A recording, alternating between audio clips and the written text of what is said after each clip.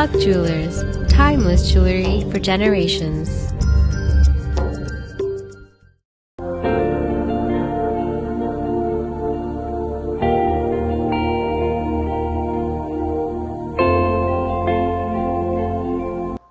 Welcome to Glam and Shine with Rashmi Bedi. Our guest today is poetess and anchor Savitri Kochar. हम हैं जैसे भी हम हैं, उन्हीं स्थितियों में खुश रहना ये सबसे बड़ी कला है।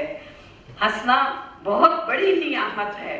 हंसी हंसी तो रेल से आती नहीं है, हंसी तो तेल से आती नहीं है, हंसी आती नहीं हलवाइयों से, हंसी पनवेल से आती नहीं है। हंसी का जन्म अंतर में हुआ है, हंसी का आपके भीतर कुआं है, कुआं जो जिंदगी को सींचता है, हाथ से कभी जल कुएं से खींचता है।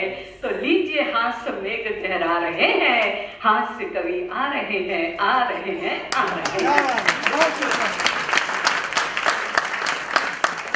तो मैं अपने पहले हास्य कवि को आमंत्रित कर रही हूँ, जिनके बारे में कुसुम जी ने बहुत कुछ बता दिया, जो मुझे बताना था पहले उन्होंने बता दिया। अब मैं क्या बताऊं। देखिए हाँ, एक छोटी सी बात याद आ गई। हमारे जतिन भाई बहुत अच्छे इंसान है, बहुत समस्या मूलक यानी समस्या को सुलझाने वाले। तो मैं आपको बताती हूँ, इंडियन एयरलाइन के पायलट ने एयर होस्टेस को छेड़ा। ये अखबार में खबर छपी थी परसों, आप लोगों ने भी पढ़ी होगी। कितने लोगों ने पढ़ी? हाँ, बहुत से लोगों ने पढ़ी। इंडियन एयरलाइन के पायलट ने एयर होस्टेस को छेड़ा, तो जतिन भाई ने जाकर पायलट को घेरा। बोले पैसेंजर हम हैं।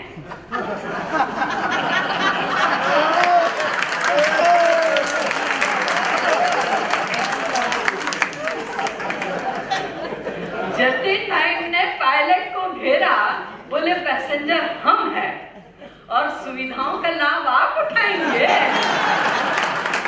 तो आप ही बताइए, सुविधाएं लेने हम कहाँ जाएंगे? तो जहाँ ऐसे व्यक्ति हो चेयरपर्सन, वहां पर उस संस्था का भविष्य बहुत उज्जवल होता है। बहुत बहुत जतिन भाई आपको धन्यवाद। और यहाँ हमारे हिमांशु भाई गोकानी, कहाँ बैठे हिमांशु भाई? हाँ, ये हिमांशु भाई देखे कितने खूबसूरत हैं। वाह, एकदम लाल टमाटर जैसे। तो कोई भी इनके ऊपर लट्टू हो जाता है। अभी इनकी साली आई और बोली, जीजा जी मैं पास हो गई, मिठाई खिलाओ। जीजा जी मैं पास हो गई, मिठाई खिलाओ। इन्होंने कहा जरूर खिलाऊंगा, थोड़ी और पास हो जाओ।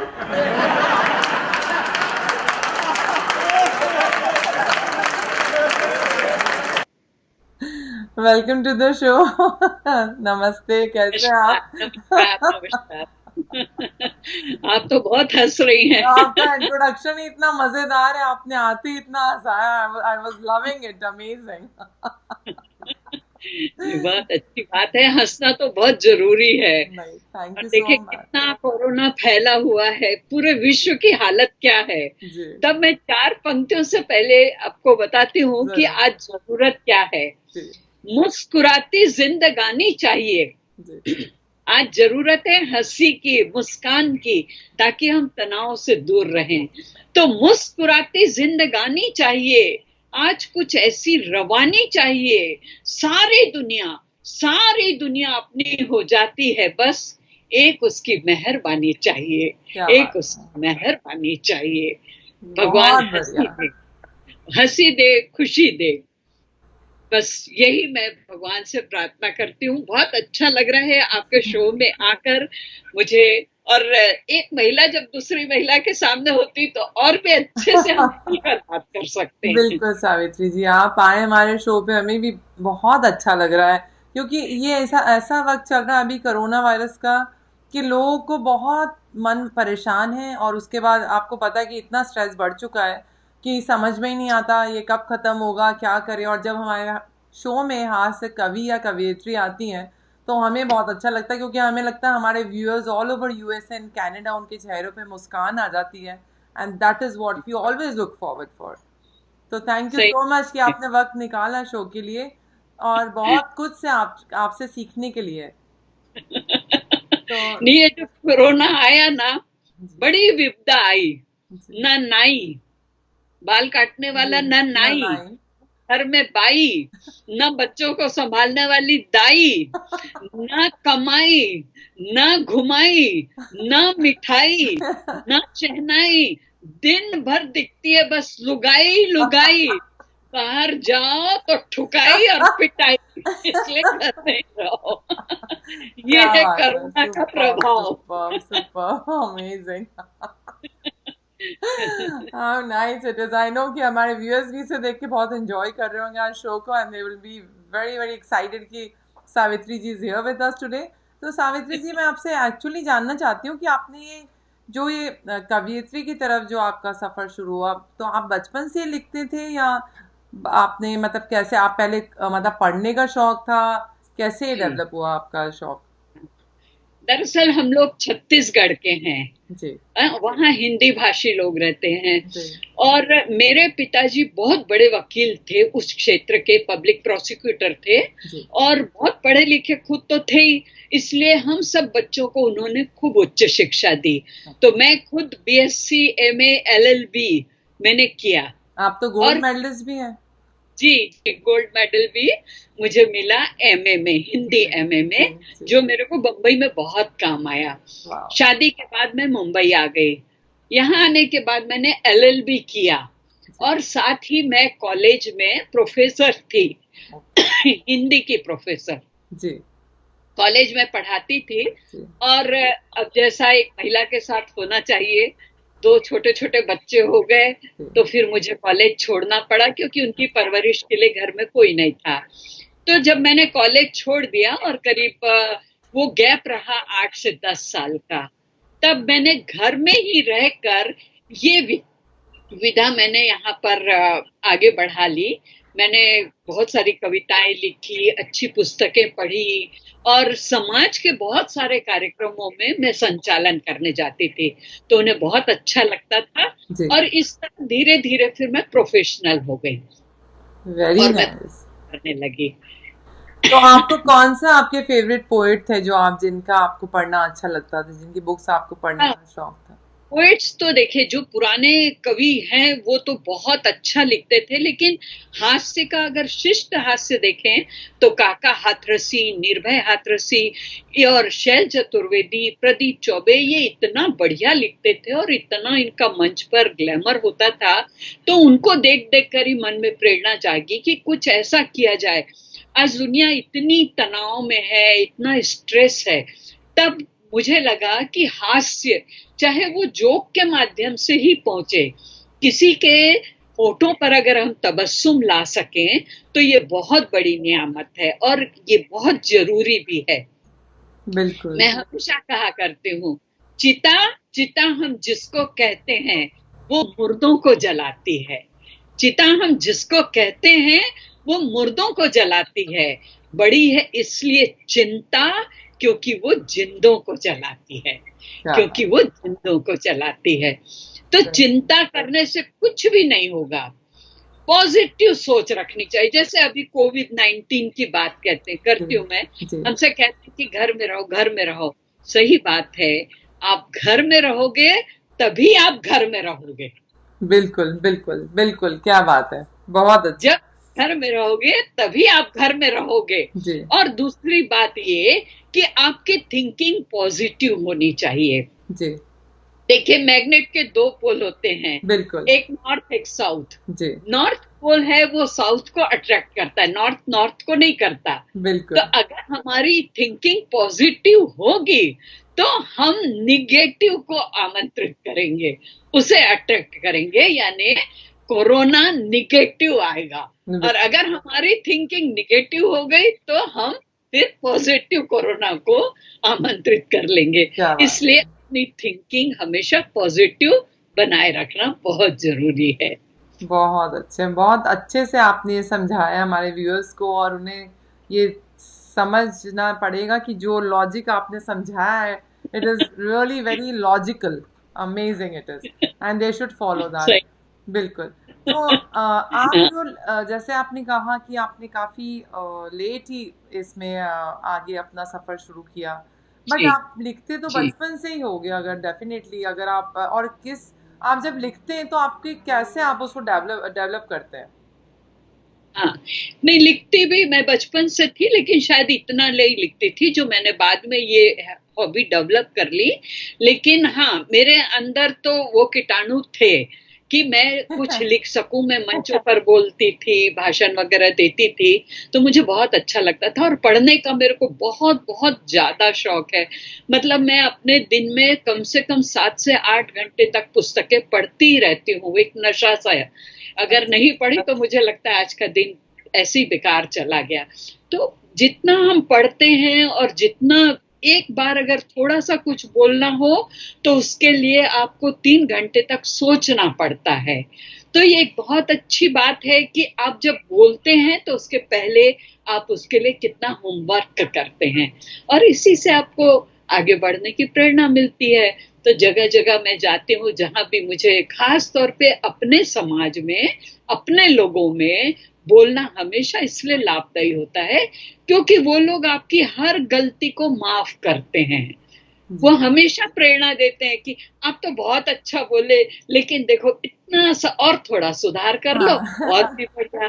तो आप तो हमारे समाज के बहुत बड़े नगीने हैं, ऐसा बोल बोल कर मुझे उन्होंने आगे बढ़ाया। तो मैं उनकी बहुत शुक्रगुजार हूँ जिन्होंने मुझे ये प्रेरणा दी। हाँ, नाइस।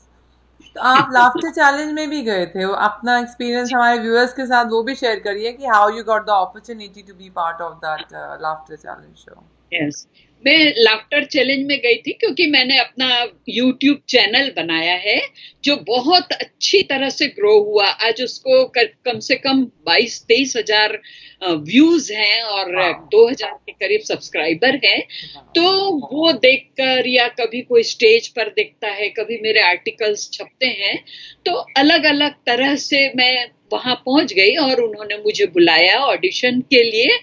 ये मेरे लिए एकदम नया अनुभव था। मैं इतनी घबरा गई थी क्योंकि ऑडियंस को मैं फेस कर सकती हूँ, लेकिन कैमरा फेस करना मुझे बड़ा अजीब लगता था। और इसलिए भी लगता था क्योंकि वहां पर कैमरामैन होता था, लाइटमैन होता था, मेकअप मैन होता था, जी वो मेरी बात पर हंसते न थे। तो मुझे मुझे लगता था कि मैं अच्छा नहीं बोल रही जी हूँ, जी या जी ये ना मुझे कुछ आता नहीं है, ऐसा ये मेरे अंदर नर्वसनेस आ जाती थी। जी लेकिन बाद में मेरे हस्बैंड ने समझाया कि उन्हें तुम्हारे बोलने से कोई मतलब नहीं है, वो अपना काम कर रहे हैं, वो लाइट मैन है, वो मेकअप मैन है, वो ये है, वो है, उनको तुमसे कोई लेना देना नहीं है। तब मेरे अंदर एक कॉन्फिडेंस आया जी और मैंने बहुत सारे शोज किए।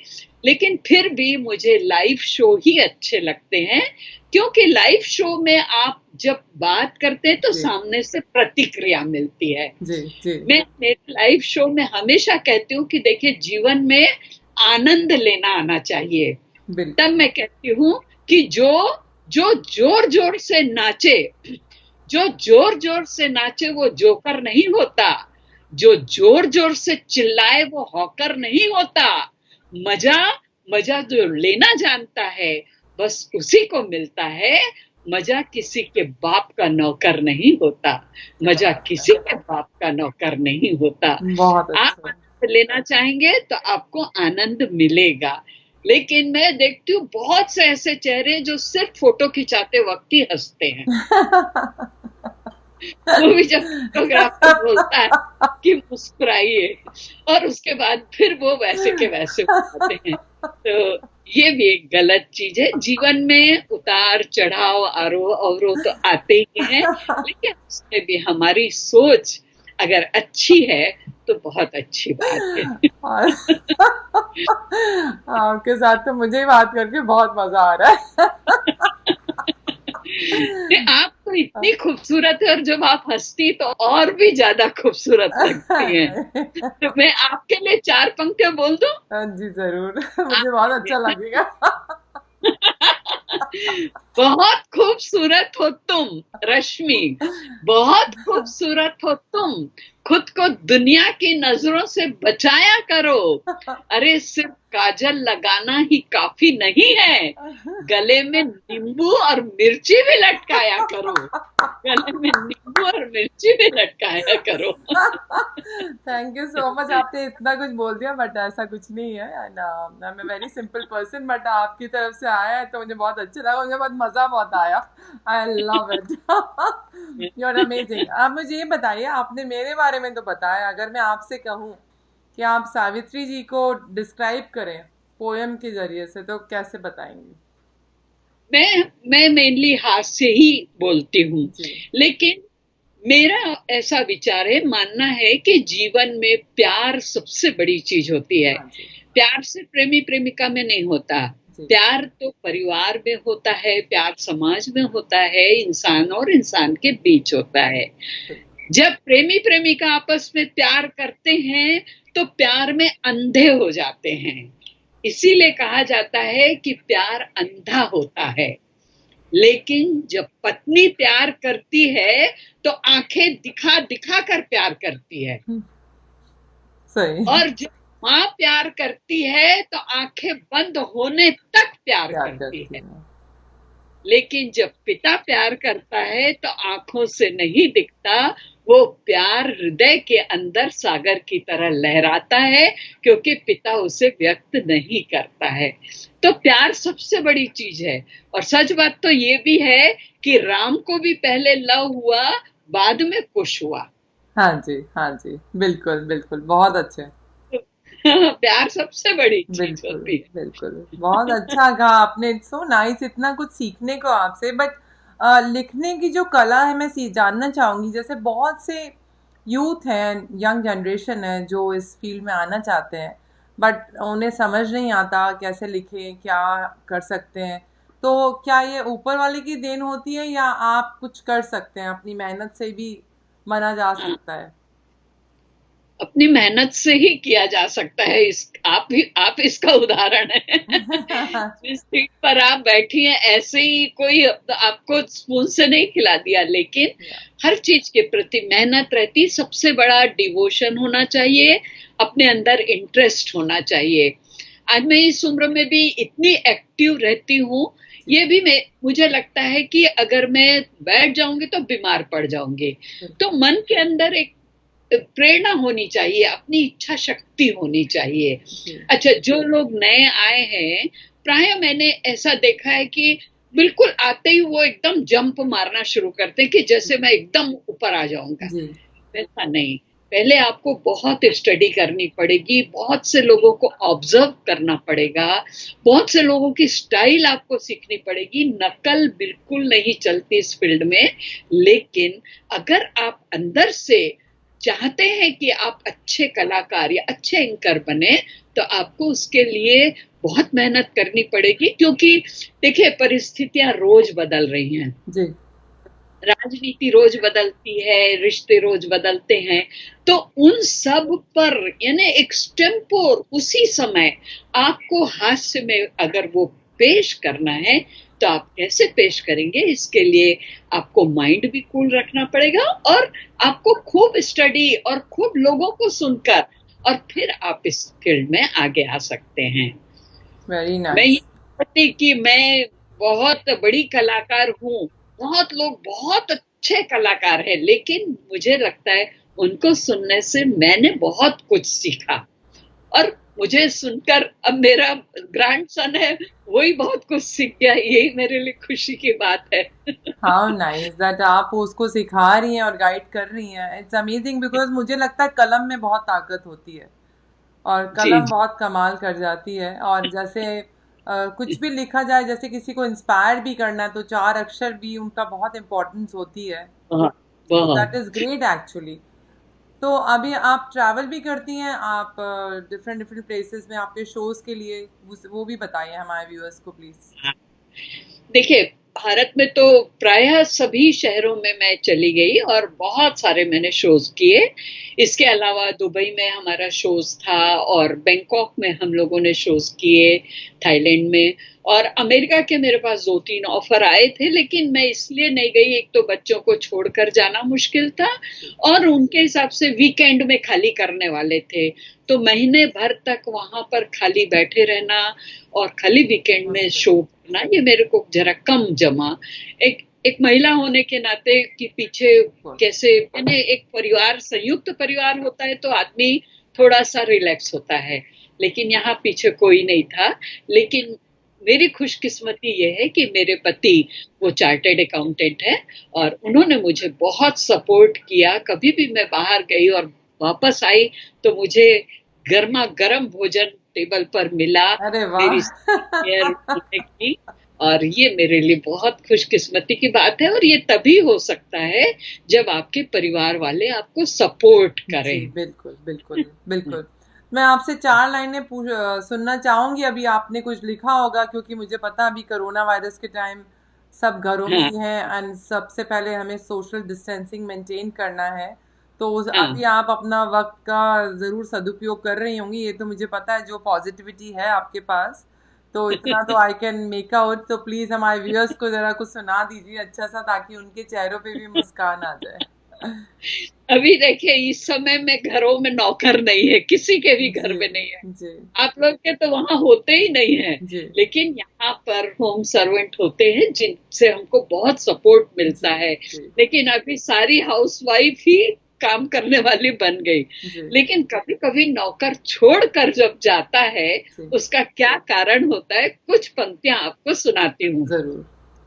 नौकर गया और उसने मालिक से कहा, काम छोड़ने की वजह बस इतनी है बाबू, बीबी जी को ऐसा न बेदर्द होना चाहिए, पत्नी जैसा डांटती है, बेलन से फटकारती है, इनकी डांट में कोई तो तर्क होना चाहिए। आप तो पति हैं बाबू, आपको तो सहना है, हर पति को आपके जैसा मर्द होना चाहिए, किंतु मैं क्यों डांट सुनूं, आप ही बताएं मुझे, नौकर और पति में कुछ तो फर्क होना चाहिए, नौकर और पति में कुछ तो फर्क होना चाहिए। तो ऐसे हम लोग हास्य के छोटे छोटे टुकड़े लिखा करते हैं और मंचों पर उसको पढ़ते हैं। बहुत बढ़िया, इट्स सो नाइस और इतना अच्छा लगता है। तो बेसिकली आपका फोकस जो फोटे है वो मतलब कॉमेडी रहता है, बट आप राजनीति पे भी लिखती हैं कुछ? राजनीति में लिखती हूँ, लेकिन राजनीतिक परिदृश्य रोज बदलते हैं, तो उस पर ना बोला जाए उतना ही अच्छा है। पता नहीं कब कौन सी बात आप कौन कहाँ पकड़ ले, है ना। बिल्कुल। हाँ, लेकिन राजनीति पर हम बहुत, जैसे कि रोज नए नए नेता आते हैं, तो मैंने कुछ पंक्तियां कहने की कोशिश की थी। एक जगह मैं बिहार गई थी कार्यक्रम करने के लिए, तो बिहार हम लोग सुबह सुबह पहुंच गए, ये एक घटना हुई। बिहार सुबह पहुंच गए तो मैंने वहां के एक बड़े नेताजी को फोन किया कि सर, यदि आज आप फ्री हैं तो आज हमारे कार्यक्रम में आइए, हमें अच्छा लगेगा। तो वो बोले कि आ तो जाऊंगा, लेकिन करना क्या होगा। मैंने कहा सर कुछ नहीं करना है, आप तो आइए, मंच पर बैठिए, हम आपको फूल देंगे, आपका स्वागत करेंगे। तो फूल देंगे तो बहुत बुरा लगेगा। मैंने कहा सर इसमें क्या बुरा लगने की बात है, फूल तो हर मेहमान को दिया जाता है। तो बोले अच्छा ऐसा है क्या, तो ऐसा करना, फूल मत देना, चाहे तो क्वार्टर दे देना। फूल मत देना, चाहे तो क्वार्टर दे देना। खैर वो आए, आकर मंच पर बैठे, मैं लेकर गई, बुके लेकर गई, मैंने उन्हें फूल दिया और मैंने कहा सर आपको क्या फूल दे, आप तो खुद ही एक फूल है, आपको क्या फूल दें, आप तो खुद ही एक फूल है। अच्छा, मैंने हिंदी में कहा, वो अंग्रेजी में समझ गए। अब समझ गए तो समझ गए, मुझ पर भड़क गए, बोले जी आप लोग मेहमानों को बुलाते हैं, उनका अपमान करते हैं। तो मैंने कहा नहीं सर, मैंने आपको हिंदी का ही फूल कहा था। तो फिर उन्होंने भी तुरंत कहा, देखिए उनका सेंस ऑफ ह्यूमर, उन्होंने भी तुरंत कहा नहीं जी, फूल तो आप हैं, हम तो खाली भौरा हैं। बहुत अच्छा, हम तो खाली भौरा हैं। और फिर उन्होंने कहा देखिए आप लोग यदि मुझे वोट देंगे तो मैं बिहार की सड़कों को हेमा मालिनी के गाल जैसी चिकनी बनवा दूंगा। अच्छा जी। हेमा मालिनी के गाल जैसी चिकनी बनवा दूंगा। तो वहां कुछ रिपोर्टर खड़े थे, वो बोले सर आप हेमा मालिनी का नाम मत लीजिए, वो इस देश की प्रतिष्ठित अभिनेत्री है और अभी तो राज्यसभा की सदस्य भी है, वो आप पर मानहानि का दावा ठोक सकती है। तो नेताजी ने कहा अरे ऊ का दावा ठोकेगी तो दीपिका पादुकोण ठोकेगी कि हम ऊ का नाम काहे नहीं लिया। बहुत अच्छा। तो हम ऊ का नाम काहे नहीं लिया। तो रेल के डिब्बे से नेताजी जो ही बाहर आए, कुछ लोगों ने आगे बढ़कर हार उन्हें पहनाए, गिनने लगे हार नेताजी, फिर थोड़ा चिल्लाए, जब दाम दिया था 40 के क्यों हार 20 ही लाए, तो ये सब ऐसे घटनाएं होती रहती, पर किसी नेता पर बोलना अच्छा नहीं है। लेकिन एक बात तो इस बात का मुझे गर्व है और मैं कहती हूँ कि इस देश का सौभाग्य है कि इस देश को नरेंद्र मोदी जी जैसा एक प्रधानमंत्री मिला। बिल्कुल। तब मैं हमेशा कहती हूँ Amul is the taste of India, Babool is the best of India, Rahul is the west of India, Sonia is the guest of India, but Narendra Modi ji is the best of India. क्या बात है, बेस्ट ऑफ इंडिया। हमें जो अभी यहाँ राह दिखाई है वो भारत उनका हमेशा ऋणी रहेगा। He is very nice, वो सबको बहुत प्यार करते हैं और हर एक नागरिक उनके लिए बहुत इम्पोर्टेंट है। It's really a great feeling and we are proud that he is Prime Minister of India. Yes, of course. And we are also proud to have Trump as our president here and thank you so much. It's great to have you on our show और बहुत अच्छा लगा सावित्री जी आपसे बात करके और बहुत मजा आया। It was great talking to you. Thank you so much. But before we end the show, कोई मैसेज देना चाहेंगे आप हमारे व्यूअर्स के लिए? हाँ नहीं, जरूर। मैं देखिए आज कोरोना इतना फैला है, कोरोना वॉरियर्स कितना काम कर रहे हैं, तब एक ही मैसेज मैं देना चाहती हूँ कि चोट खाकर रो पड़े वो आदमी नादान है, चोट खाकर रो पड़े वो आदमी नादान है, लड़खड़ाते गैर पर हंसना बड़ा आसान है, थाम ले जो हाथ गिरते आदमी का, आदमी होता वही इंसान है, आदमी होता वही इंसान है। हम अच्छे इंसान बने और इंसानियत को जिंदा रखें, तो ये कोरोना वरोना क्या है, ये तो आता रहेगा जाता रहेगा, इसका क्या रोना, चला जाएगा कोरोना। लेकिन हम रहेंगे, हमारी बातें रहेंगी। बहुत बहुत धन्यवाद, बहुत बहुत धन्यवाद। बहुत अच्छा लगा, थैंक यू। अच्छा लगा आपसे मिलकर। आपका तो सोने का काम है